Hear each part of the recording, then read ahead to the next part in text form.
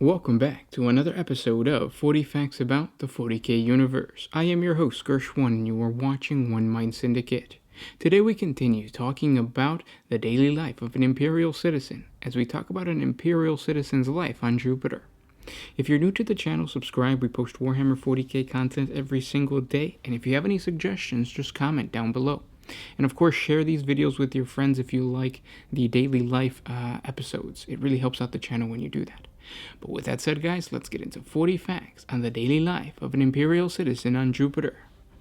Jupiter is a gas giant, orbited by a complex web of dozens of smaller satellite moons. It is almost a solar system in miniature, with a gas giant at its core, rather than the blazing orb of a sun. The cloud of satellites and Trojan asteroids surrounding it are full of human colonies, manufactori, and mechanicum forges, powered by drinking in the radiation surging from the mammoth planet, and feeding on the mineral riches that in centuries of exploitation had yet to be fully exhausted. Jupiter is Terra's shipyard, and its sky has forever been filled with vessels. Space docks and fabricators work ceaselessly to construct everything from single-crew Raven interceptors up to the gargantuan hulls of mighty Emperor-class battleships. The early history of Jupiter remains largely lost to Imperial savants. During the Age of Strife, Jupiter's moons were occupied by cruel Xenos overlords of an unknown race. Following the Treaty of Mars, when the Red Planet was first incorporated into the new Imperium, the Great Crusade finally began in earnest. The rest of the solar system was the first region of space to be conquered by the Emperor and his newly rearmed and re-equipped Legionis Astartes. Alien invaders were flushed from the moons of Saturn and Jupiter, and their human slaves returned to Terra. Those that stayed began to work in the Jovian shipyards that were utilized throughout the Great Crusade to build the fleet of vessels for the Armada Imperialis, the precursor of the Imperial Navy. In the late 41st millennium, the Jovian shipyards still play a vital role in the construction of the fleets of the Imperial Navy, of course in combination with the Ring of Iron of Mars. The space docks and orbital workshops that circle Jupiter, like an artificial ring of more moons, are home to millions of technomats and drone servitors that work under the supervision of the Mechanicus artisans and Rune Priest tech priests to build the Imperial Navy's warships.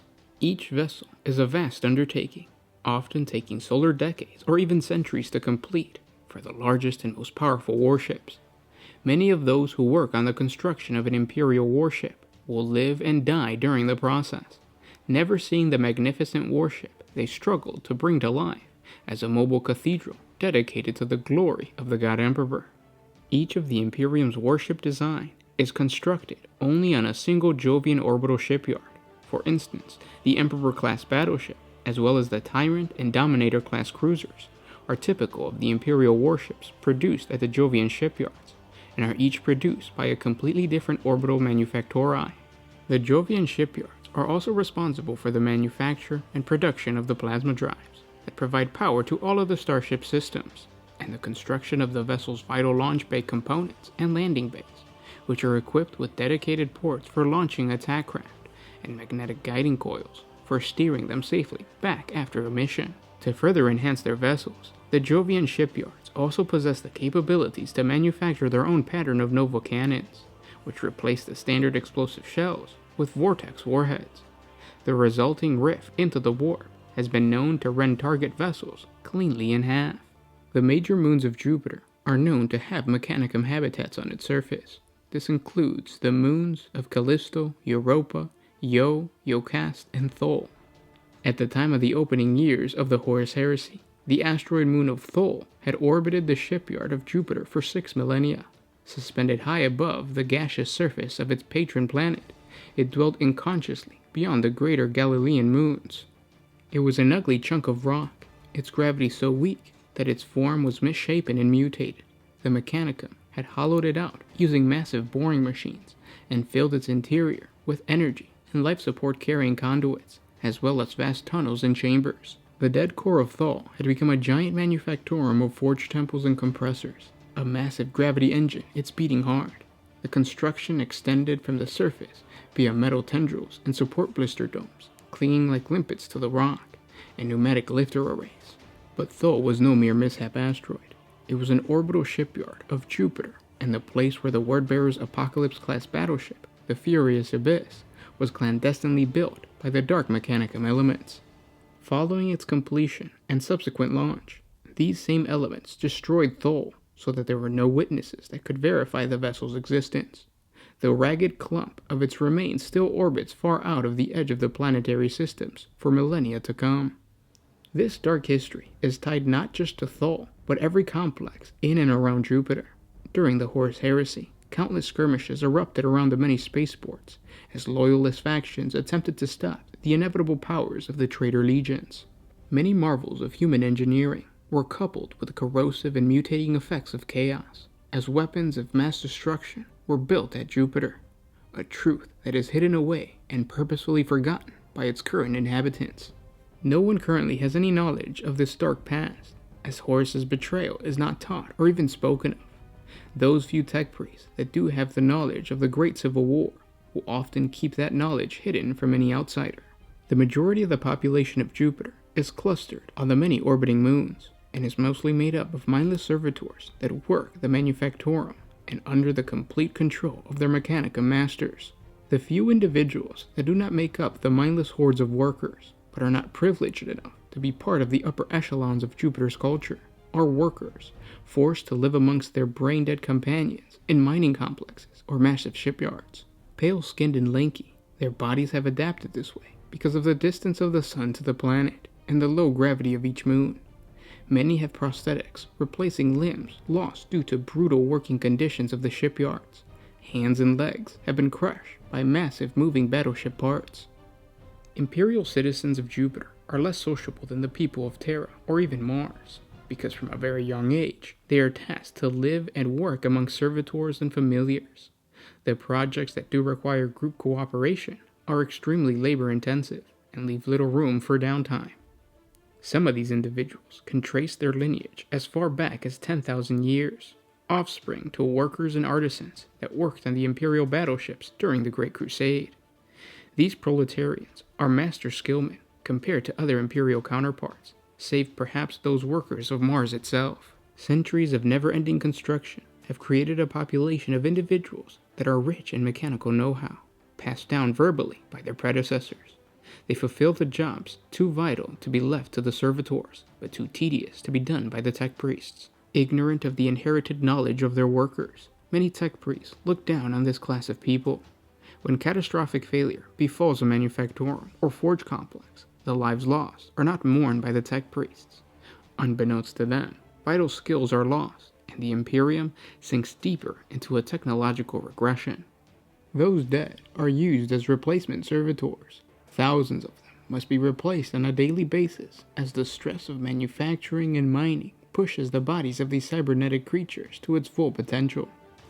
Legions of servitors are dumped on the many moons of Jupiter, and where these bodies come from is little of interest to the inhabitants of the Jovian shipyards.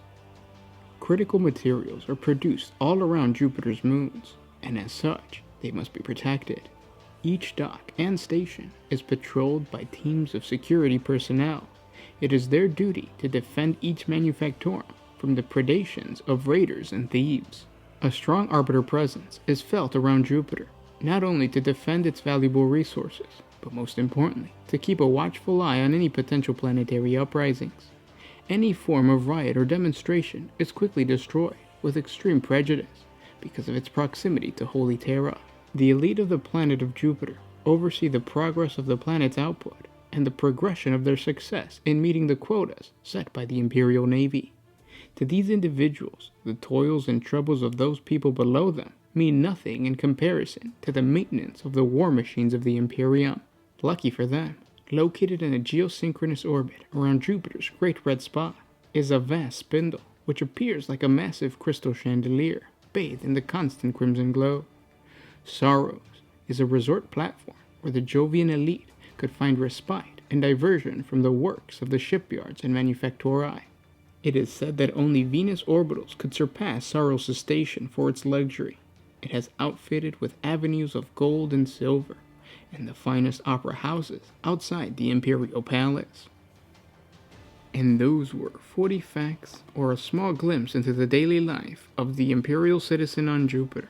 I hope you guys enjoyed this video. If you did, share it with your friends. It really helps out the channel. It's interesting to note, well, there's two things that I found interesting when I was reading the lore on Jupiter. Number one, Jupiter's moon, I forget which one it is, but it's the one that we believe currently might harbor life because it has water. I think it's Europa, but it has water underneath a huge, basically, planet of ice or wall of ice, you could say. And in the lore of 40K, they don't speak anything about those alien creatures, or it might be that those alien creatures are the same creatures that enslaved Jupiter once it was conquered by, or once the Age of Strife happened. Maybe they came out from the deep and started controlling Jupiter. But I thought that was interesting. And then the second thing is that a lot of the elite within the Warhammer 40K universe, they don't go just to pleasure planets, they also go to like these orbiting moons where they're basically just giant resorts. I'm going to explore this idea a little further when I create more lore videos on Imperial citizens. But yeah, I hope you guys enjoyed. If you guys have any other suggestions, comment down below. Thank you guys so much for making the suggestions yesterday as far as what a good giveaway starter set would be. So I'll take that into account. But with that said, guys, I'll talk to you tomorrow. This is Gersh1 with One Mind Syndicate signing out.